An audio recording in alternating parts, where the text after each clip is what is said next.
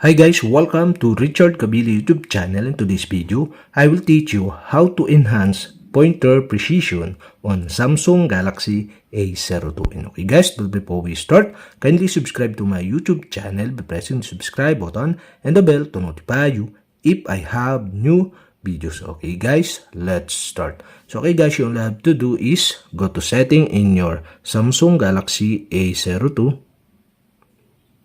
In settings, scroll down and go to General Management. In General Management, go to Mouse and Trackpad. Here in Mouse and Trackpad, okay, you can see the Enhance Pointer Precision. And on the right side, you can see the switch button. And okay guys, to enhance the pointer precision on your Samsung Galaxy A02, you only have to do is switch on the switch button on the right side.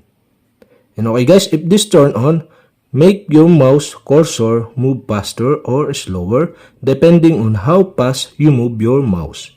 And okay guys, that's it. Okay, we have successfully enhanced the pointer precision on Samsung Galaxy A02. And okay guys, if you have a question, kindly comment below.